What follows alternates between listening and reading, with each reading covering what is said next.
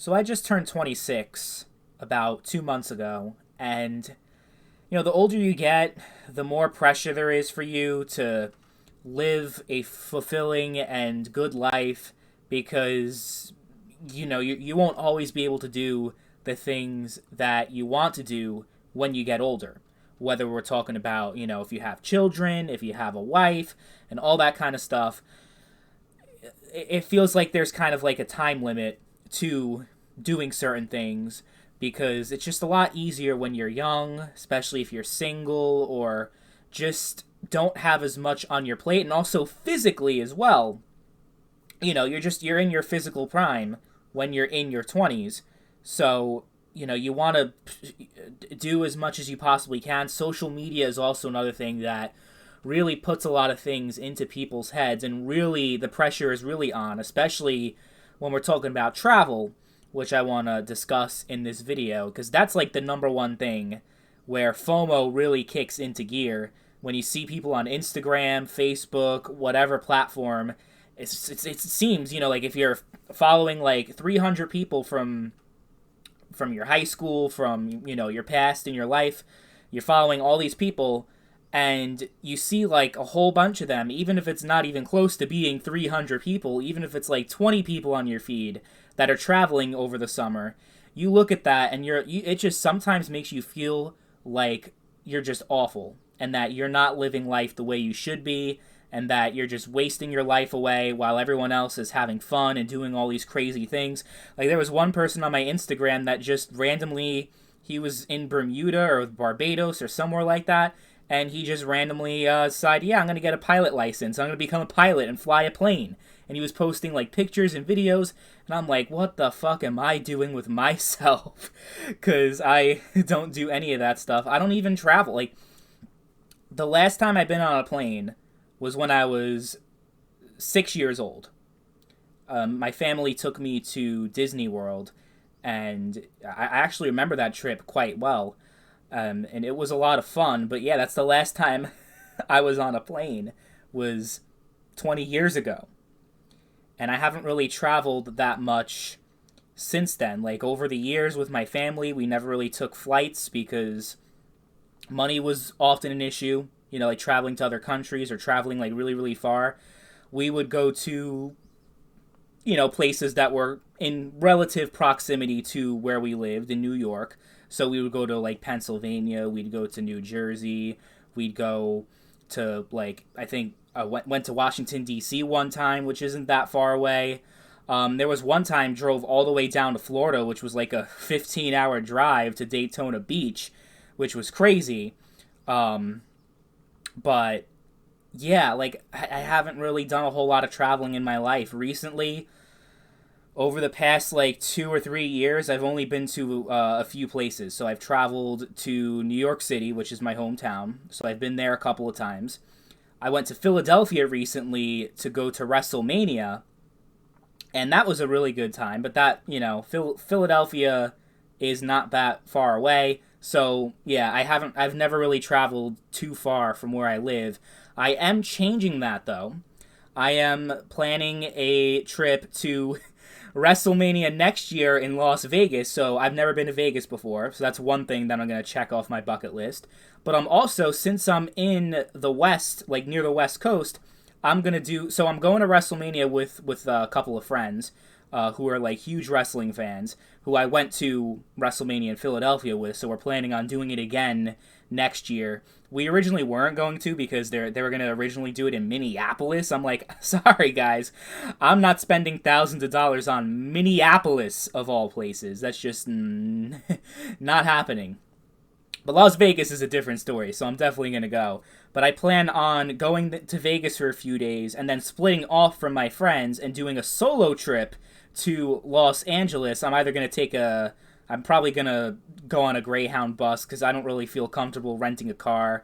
So I'm going to go to LA, stay there for a couple days, and then go to San Diego because I hear that's also another great place. And I'm also going to be traveling solo there as well. So it'll be a new, interesting experience for me. And I'm trying to do as much traveling as possible while also being mindful of the fact that this shit costs money. Like, people talk about travel and how important it is and how great it is, but it really is a privilege, and it's also a luxury, especially if you're talking about traveling all the way across the world and going to all these different places. So I'm planning a trip to my hometown, New York City, and the hotel alone is $2,000. And it's only I'm driving there too, by the way, so it's not even like there's no airfare, there's no nothing like that. But the hotel alone is like 2 grand. Never mind all the money I'm going to be spending on the subway, Uber, going out to eat, just spending money going out with people. Like, and that's just somewhere that's a few hours away. Never mind going to the other side of the country in Las Vegas and LA and all these other places. Like, it's going to be thousands. It could be up to $5,000, I think, of spending. And yeah, like, it's great to splurge every now and then, but like, you got to be smart about it. Like, because realistically, if I travel as much as like it seems like everyone else is doing, then I'm going to be bankrupt and I'm going to have no money and I'm not going to achieve my financial goals, which right now is pretty much what I'm using my 20s for, is saving up money so I can eventually buy a house and do all these things that I want to do. So I'm pretty much, I guess, sacrificing my 20s so that I can do well in my 30s and 40s, which a lot of people may say is not a good way of living life, because you don't know if you're going to live to be, in your 30s and 40s. I could die in like 2 years or whatever. But my counter to that is that if I die in 2 years, then none of it's going to matter anyway. I'm going to be dead. Whatever I did during my life isn't going to really mean anything if I'm laying 6 feet underground. So that's a different way of looking at it as well. Also, there are so many people who are just lucky enough to have food on the table, to have something to, to have something to eat and drink, have shelter over to have all these different things that the vast majority of society takes for granted.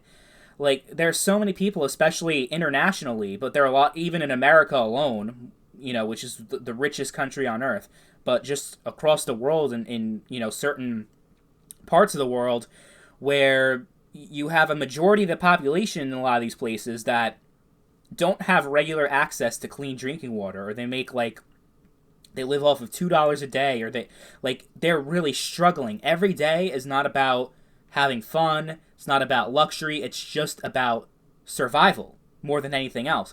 So I think, we as a society, especially first world society, we spend so much time, even though we have so many things that really are a blessing in our lives, but we do spend so much time comparing ourselves to people who, at least on the surface level, appear to be doing better than us. Whether they have a better job, they're making more money, they're traveling to more places, they're doing all these different things.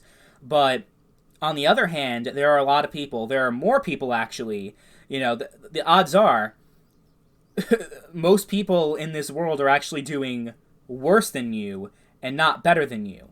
People who are suffering, people who are in these war conflicts where their houses not only are struggling to find food or whatever, but there are a lot of people who just get blown the fuck up. Like, they're getting bombed every day, they're getting bombarded by airstrikes and all these fucked up things, chemical warfare. Like, if you look at some of these wars that are going on right now, or even wars that have happened in the past, this is some horrific shit going on right now. And just throughout human history. And there are people who are living like that every single day of their life. And they don't know if they're going to see tomorrow, never mind 10, 20, 30 years. And, you can talk about other things like healthcare. People don't have access to a doctor, so if something does happen to them, they're pretty much screwed and they're going to die. I don't know. I'm kind of, going off, but, it's true. You gotta, think about stuff like that as well. If you're thinking about the people who are doing better than you, always strive to do better. That is not, I'm not trying to say just be content all the time and just be satisfied all the time and never, think negatively at all about certain aspects of your life. But I think, especially if you go, really deep into the weeds about how inferior you are to everybody else and how your life is awful and how it has no meaning and all these different things, it really is valuable to just pause for a second and just, take a look at the things that you do have. Even if you have a lot less than you did years ago, which is something that I could personally say for myself. I don't have as much family as I used to. I don't have as many things as I used to when I was younger. But, think of what you do have. Think of the things, the people, even if it's only one person, two people, three people. I mean, there's some people that literally have zero people and don't have anybody. So, again, like, compare yourself to people who are doing better than you, but also compare yourself to people who are doing worse than you, and just try to find some middle ground, because you're going to drive yourself crazy, like, just constantly, like, living in FOMO and being like, oh, I need to do all these things so I can live up to everybody else, so that I can, compete with everyone else, especially social media. Social media is such an awful thing, especially when it comes to self-esteem and that sort of thing. And it has affected me personally in the past. Like, even, like, the other day, scrolling Instagram and seeing people doing all these things, it's like, I need to change. But I'm trying to use that to drive myself to improve my life, to improve my finances, to improve my situation, so I can be in that situation that I want to be in, rather than sulking and feeling miserable and feeling down on myself, because that doesn't really accomplish anything. It really just, it lowers your productivity, it makes you just question everything about your life, and a lot of the time leaves you in a state of depression, and, that's not good for your overall health and well-being. So, yeah, I was just I was just trying to talk about travel and all these places I want to go to. Like, that was the original concept of this video, but it really just kind of went off track and just talked about, like, just life philosophy, which I promise is not what I intended to do. But oh yeah, of course I definitely want to go to a whole bunch of different places. Like, that's why I'm taking that big trip next year, which is going to cost me a lot of money, but it is going to be an experience. And eventually, yeah, I want to travel the world. I want to travel, just the United States alone. There are so many places to go. But I don't even have a passport. I haven't had a valid passport. I mean, I've never left the United States. That's another thing. Like just never leaving the country before is, like, one thing that, like, a lot of people actually have not done as well. Like, you're not like a unique person for never traveling that much or not leaving the country, because I think they did a poll or a survey saying, like, 68% of people have never left, like, talking about Americans, 68% of Americans have actually never traveled internationally before, which, like, looking at that number, it's like, mind-blowing. And then there's, like, something like 20, 25, 30%, like a kind of a low number, but very high considering, like, that percent of people have never even left their home state, which is, like, also, like, wow. But, like, it puts things in perspective. Like, what you see online, what you see on social media does not actually reflect how your average everyday person is living, and that's something to definitely keep in mind, and just reflect upon, being like, this is not actually the real world. Like, your life has value, your life has meaning, and don't try to bring yourself down just because it seems like everyone else is living a better life than you are and is having so much fun while you're kind of struggling. But, you got to use that to motivate yourself to improve. If you really want all those things, to motivate yourself rather than bring yourself down. And that's something to really think about, and that alone will improve your life dramatically.